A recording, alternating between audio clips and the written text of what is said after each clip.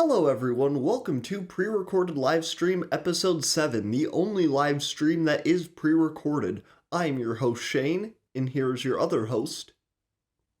That was a lie. There is no other host. I'm the only host here. Hello, welcome to pre-recorded live stream. This is my solo podcast where about once a week, or sometimes I won't do it for like 6 months, I will go through and talk about the stuff that I read and watched last week, and usually will delve a little bit deeper into the main channel topic from the previous week over on my main channel, Casual Classroom. And last week we talked about Vigilante Deku, so we'll be talking about that later in the video. But this is also a good time to point out that here at pre-recorded live stream, man, we let ourselves not do a good job. Yeah, there are gonna be goofs and gaffs, and I'm gonna say things wrong. But that's okay, because I do this show for funsies. Anyways, let's get into it.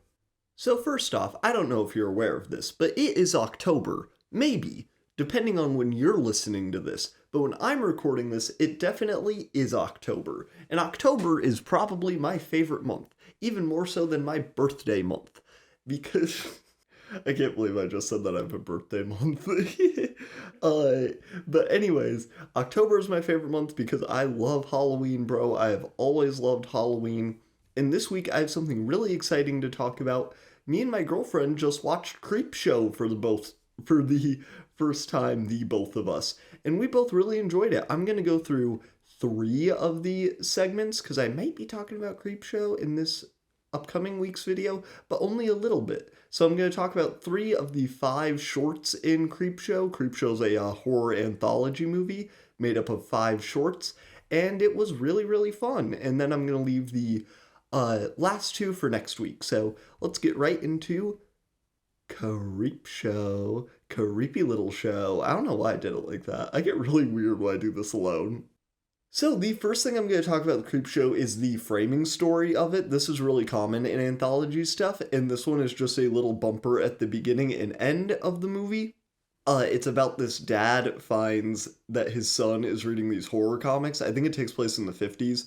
And if you don't know, horror comics were very controversial back in the day, because it was like the GTA of their day, because it's really cool and easy and fun, actually, to blame, societal problems on things that are easy to solve, like a comic book or a video game, when you're too incompetent to actually solve problems. But anyways, so that's the framing story of it. I'm fine with framing stories and anthologies, but what I don't like is when they tie all of them together. I feel like that is the coward's way out of an anthology. This is fine, because the way that they're all tied together is that they're all stories in this comic book, but whatever, they're as tied together then as all being shorts in the same movie. But what I don't like is when movies go oh, they're all shorts, but actually team up time, or I don't even like when they when the worlds really cross over. I think it's very lazy. I think that it's artificially created, caring, I guess, because I don't know. I don't really care if this thing that I saw in another thing shows up in this. That's not true, man. I loved Avengers Secret Wars 2025. But anyways, no, I just feel I just feel like a lot of anthology stories use tying them all together as a cop-out for when they don't actually want to make an anthology. I mean, I don't know. Maybe it's just because I'm an anthology writer and I would never do that because I'm not a stupid coward. But whatever. That's just me. So, okay, the first short that we're going to talk about, it's also the short that opens the movie, is called Father's Day. So this one is very, very fun. If you've seen, shoot, what is the name? If you've seen Schitt's Creek, the family in this is very reminiscent of I think they're called the Rose family in that. They're very old money, and when they're at the table, I believe one of them calls the other a fat cow in that kind of voice. And what it's about is, so there's this family dinner, and okay, I'm gonna reveal something here. I might not like remember the plot of these the most awesome. Sometimes when I am watching movies late at night, I like to have a little drink. But only if where is this bit going? I could just say I was drinking something while I was watching this. I'm 23. I don't need to. Okay, anyways. So what's going on Father's Day is it's this very like, oh, well-to-do family from like the Upper East Coast, I think. And their great aunt, I think, is like coming for dinner.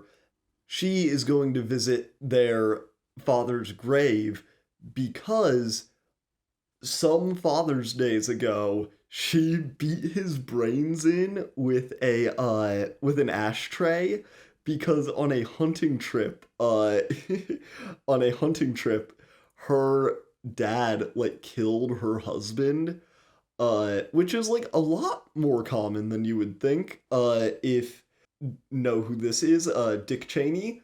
You might know what I'm talking about if you know what I'm talking about. But yeah, so she goes and visits the grave. She like gets drunk and is like, "Why did you kill my husband, Daddy?" And then like spills.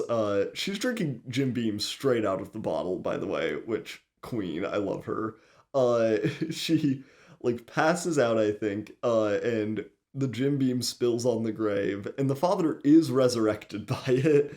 So that is canonical in the Father's Day short. That at least this guy is able to be resurrected via Jim Beam being poured on him.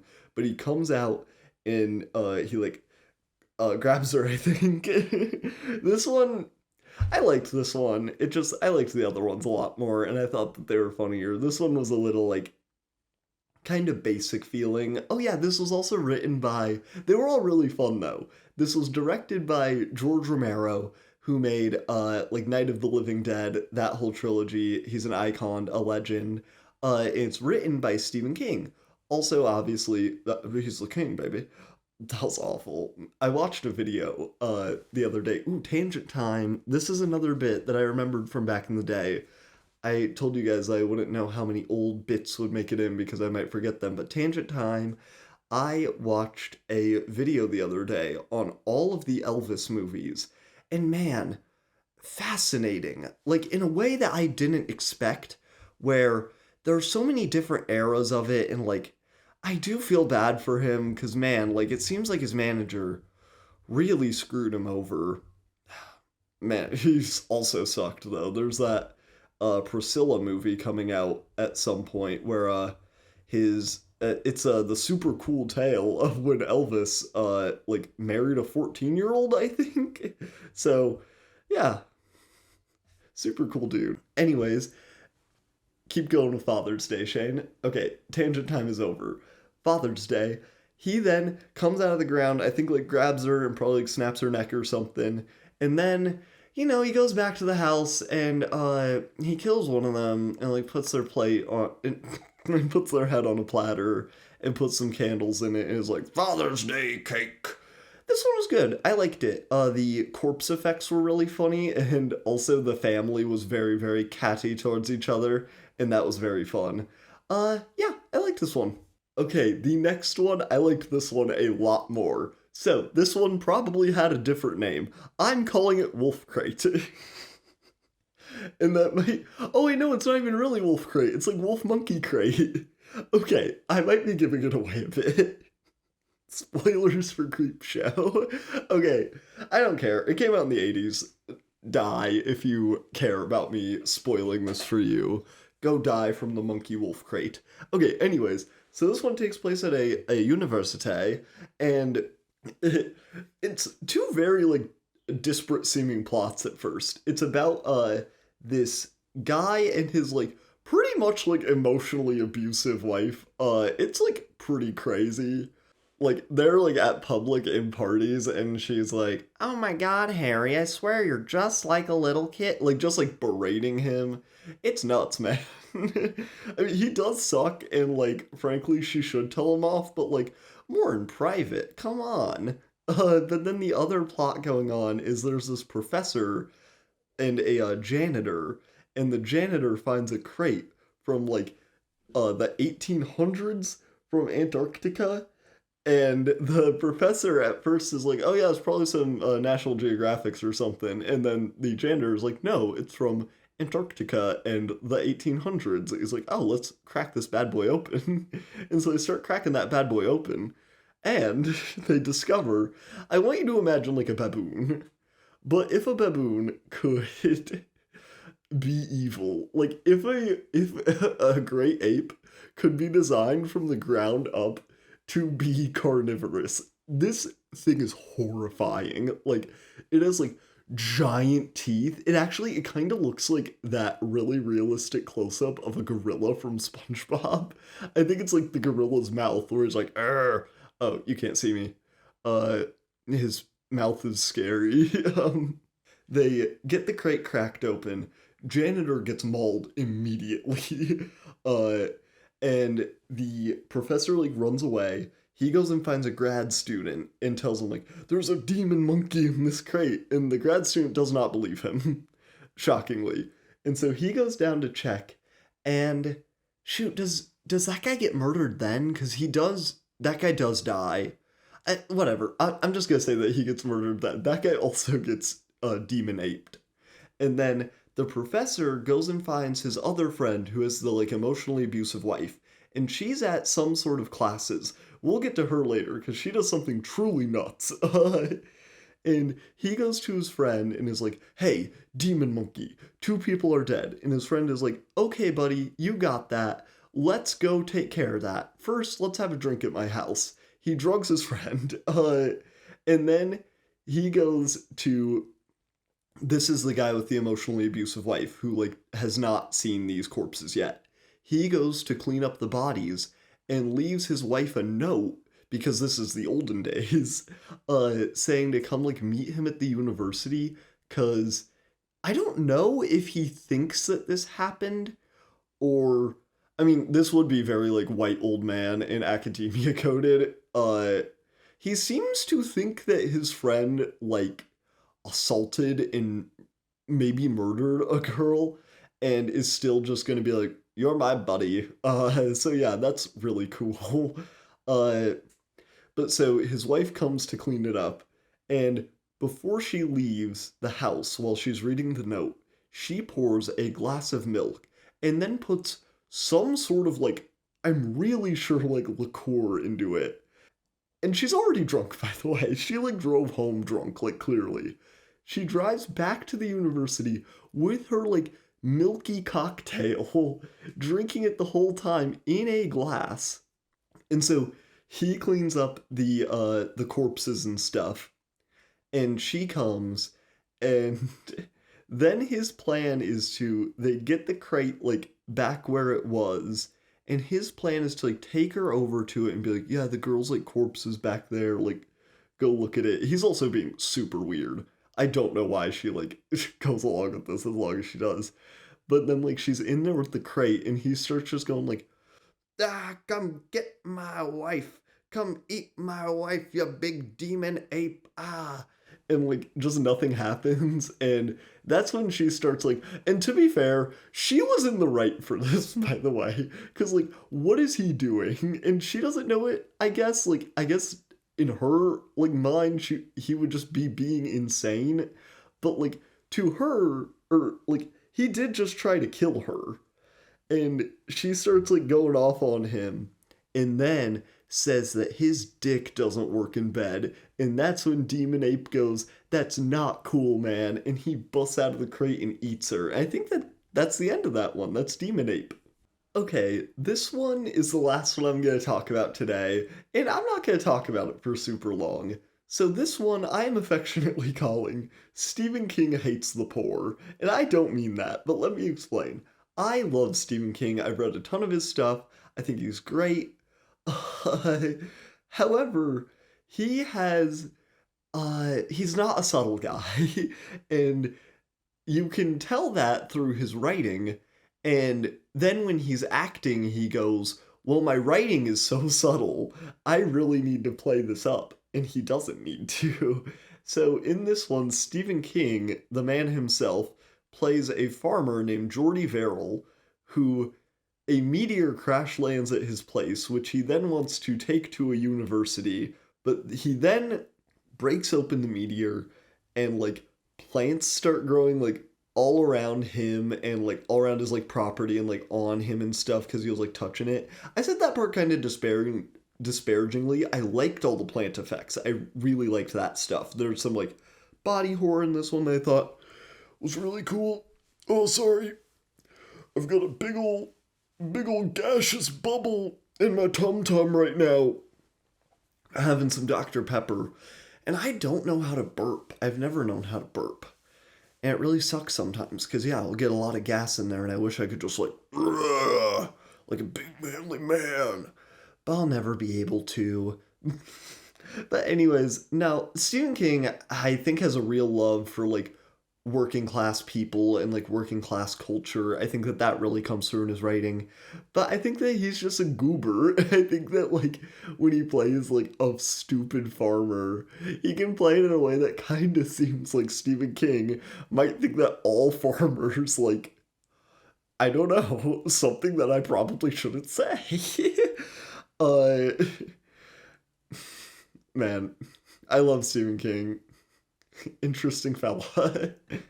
Yeah, so he gets like a lot of like plants growing on him and stuff. There's a pretty funny moment where like he realizes that they've started like growing his dick. Some of these are pretty funny because like he has good like physical acting. A lot of the like when I said he wants to go to like the university and like sell it, you like see his like envisioning of like what that would be like.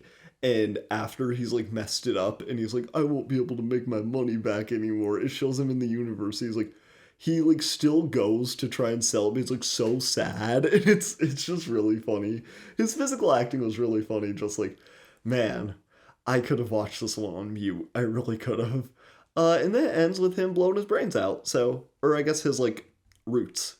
So actually one thing that we were going to talk about before we get into my other thoughts on Vigilante Deku is the Jujutsu Kaisen official anime guide for season 1. I bought this the other day at the bookstore, and it is a really great read. There's a lot of really interesting tidbits about obviously the anime specifically of Jujutsu Kaisen, but you know, a lot of that also like carries over into the manga, like characters like likes and like special interests and like facts about like curse techniques and like domain expansions. I love getting to read all the domain expansion names and like get all of those down and like really read up on like the difference between like innate domain, domain expansion, all that stuff.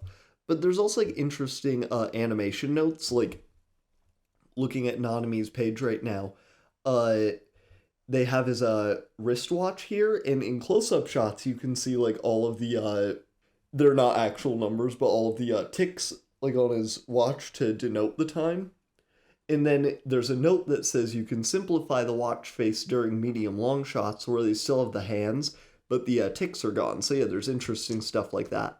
But what I wanted to do is read one or two of the interviews. I'm honestly just gonna like pick out a couple of them. We're gonna do I can't pick. Man, these are all so good. Okay, I want to do Panda and Inumaki today. Okay. So, Toge Inumaki, this is only the Japanese cast, which I was like a little bummed by, but you know, what are you going to do? The answers were still really fun to read. Okay. Koki Uchiyama. Any memorable or favorite scenes? Episode 20, the scene where Itadori and Toto fight Hanami. It was visually stunning to see Toto's curse technique Boogie Woogie swap the positions of the characters all over. Moments like these are why anime adaptations of manga exist. I totally agree with that. That's a really interesting answer. You know, like, you always gotta like wonder like why make this adaptation of something, and the action and especially the voice acting in anime is such a good reason to put that on screen. We're just going to read one answer from each of them. I'm also going to read Pandas, like I said, from Tomokazu Seki. If you could send a message to Panda, what would it be? Pandas are my favorite type of bear. I'm so glad that I was able to meet you. Don't call me creepy for saying that, okay? Yeah, it's a really fun book. I really recommend picking it up. I've had just the best time looking through it. Yeah, it's really well put together. I really recommend it. But they did not sponsor this, so don't buy it and send me money instead. So, okay, we are now finally gonna get into talking about Vigilante Deku. I really liked making this video. I especially love the beginning, and I am so pumped that that did not get copyright claimed. I was so nervous. I was uploading it at work actually, because the place I work at, I work like alone all the time, so I can like do things like that. Uh, so yeah, I was uploading it at work, and when that no copyright claim came through, I'm not like much of a bro, but I was in there going, yeah! I was fist pumping. I felt like my older brother, man. But anyways, so Vigilante Deku, let's get right into it. So, first off, one little detail that like I didn't like find a spot to put into the video that I really liked about this arc and like the progression of the world in general is that all of the heroes are getting like more like strapped. Like Yoshindo has like a giant knife on him, like when Muscular fights him. And then I did mention this in my video, but like everyone having like more prosthetics and scars is really cool. It really like it's just nice to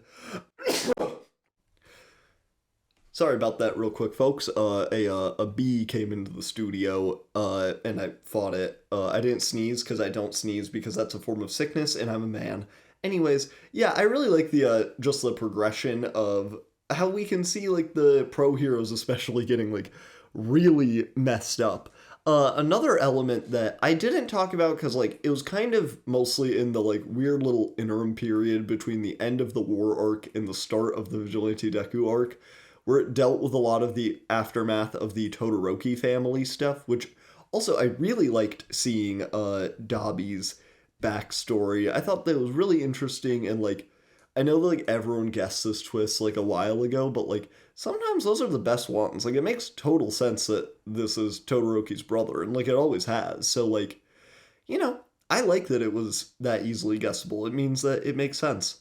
Okay, this part I'm going to touch on pretty briefly because this is a really big element of my Vigilante Deku video if you haven't watched it, which by the way, go watch it, it's good, and I'm going to hit you in the head with a rock if you don't. But yeah, I really liked Class 1A in this. This is going to be a really short section. Uh, I really liked them. I love that I love that everyone got their moment, and Horikoshi is so good at giving everyone their moment and like making it feel significant. And like, man, when I was getting clips from the sports festival, it's so funny watching, like, seeing like really how much this series has changed. Like, man, it's really like changed a ton, like what the like characters like mean to each other. I feel like a lot of like I don't know. I feel like a lot of shows like keep things more stagnant than My Hero, and that's something that I do appreciate about the series, how like dynamic and how much it moves. Even if sometimes it moves into areas that I want to leave. But yeah, I loved Class 1A in this. Probably my favorite element. And okay, the last part of Vigilante Deku I have to talk about, maybe my favorite part. I left it out of the video so that I could hopefully make a like solo video on it because God, I loved this so much. I loved the story decision so much. Is Stain reappearing? I mentioned Stain briefly in my video. That is the Todd McFarlane character that Deku has to fight at one point. And I did like him then. He was cool. He was very intimidating. But when people act like he like dropped like a nuke on the series, like being like, oh man, he said what no one realized, that all these heroes are corrupt and they suck. I don't know. I thought that was pretty clear when we got all the flashbacks of Endeavor being so abusive. I don't like. I really like Stain, and that's a cool arc and kind of like I think a necessary villain like at some point in the story. But like I just like I don't get people hyping him up so much. But I loved his return in this. Him coming back and like meeting powerless All Might was so good, and also his redesign with like his prison clothes is I love everything about it. I love like the woman that goes out to clean the All Might statue every day. And it was such a good inversion on like someone who obviously was a villain. They did such good stuff with it. I say they, I mean I'm talking about Horikoshi now because it's like a writing thing. but Horikoshi did such good stuff with Chisaki and Stain both in this arc. Both showed up pretty briefly, but I really liked what they were doing. If you don't remember or don't know, Chisaki, I'm talking about Overhaul, Kai Chisaki, Yakuza arc from season 4. He wants to kill himself, but he cannot because he has no arms. And so, like, he is trying to get Lady Nagant to shoot him. But I just loved the way that Horikoshi used, I loved the way that he used Muscular, Chisaki, and Stain. I hope that we see a lot more of those, like, minor villains return. It seems like Horikoshi has a real knack for, like, knowing what to do with them. Well, everyone, thank you so much for tuning in to pre-recorded live stream, but that is the podcast video for this week, I guess. Yeah, thank you so much for tuning in again. Go check out the main channel, Casual Classroom. We're gonna have something really fun out next week for the Halloween season. And then next week on this channel, we'll be talking about more Creepshow, some other stuff that I'm not gonna spoil because it's video stuff, and more Halloween stuff, I'm sure. So yeah, thank you so much for listening. I will see y'all next time. Goodbye.